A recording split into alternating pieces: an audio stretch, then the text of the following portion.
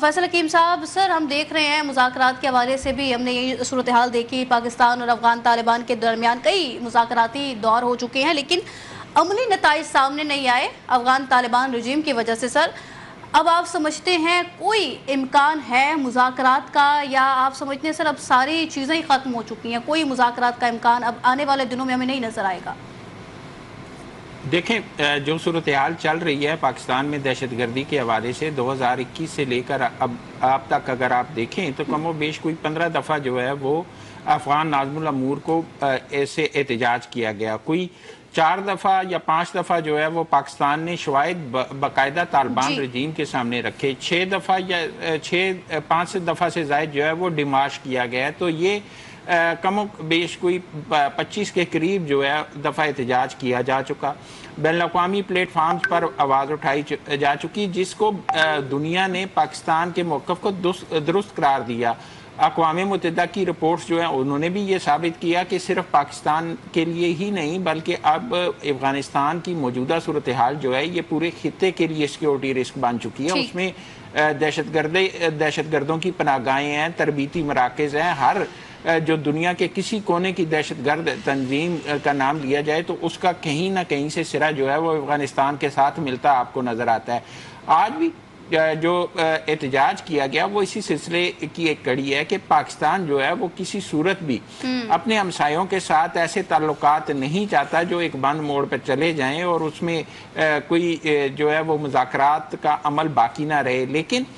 صورتحال یہ ہے کہ اتنی دفعہ احتجاج کرنے کے بعد، اتنی دفعہ بین الاقوامی پلیٹ فارمز پر مسئلہ اٹھانے کے بعد، اقوام متحدہ کی رپورٹ آنے کے بعد، سلامتی کونسل میں مختلف ممالک کی طرف سے اس پر تشویش کا اظہار کیے جانے کے باوجود بھی افغان طالبان رجیم جو ہے وہ اس پر سنجیدگی نہیں دکھا رہی، اور یہی پاکستان کے لیے مشکل کا باعث ہے۔ اور اسی بنا پر آپریشن غضب للحق جو ہے وہ شروع کیا گیا تھا۔ پھر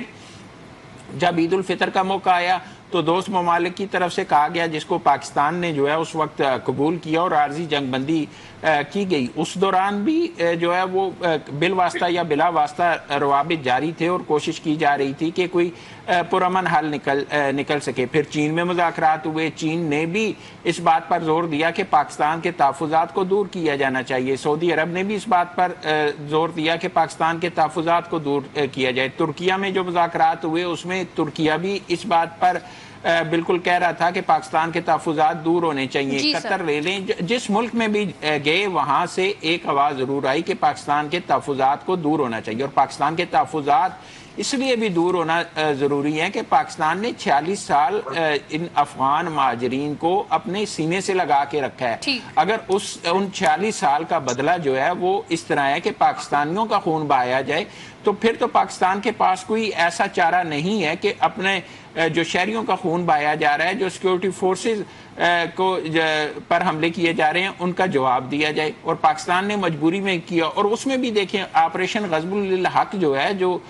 شروع کیا گیا، اس میں صرف دہشت گردی کے مراکز کو نشانہ بنایا جا رہا ہے، اس میں دہشت گردوں کو نشانہ بنایا جائے یا سیولین آبادی کو کہیں بھی نشان، اس لیے کہ ہماری لڑائی دہشت گردی کے خلاف ہے، افغان عوام کے خلاف نہیں ہے۔ افغان عوام جو ہے وہ ہمارے اسی طرح بہن بھائی ہیں جس طرح ہم نے 46 سال ان کو یہاں پہ رکھا تھا۔ تو پاکستان جو ہے وہ بالکل آخری حد پر جا کر ایسا کرنے پر مجبور ہو رہا ہے۔ اس لیے پاکستان کی اب بھی یہ کوشش ہے کہ جو پاکستان کے تحفظات ہیں تحریری طور پر افغان طالبان رجیم جو ہے وہ ان کو دور کر دے اور بات کی یقین دہانی کرا جائے، دو معاہدے پر عمل درآمد کر دے، تو شاید اس طرح کے مسئلے نہیں ہوں گے۔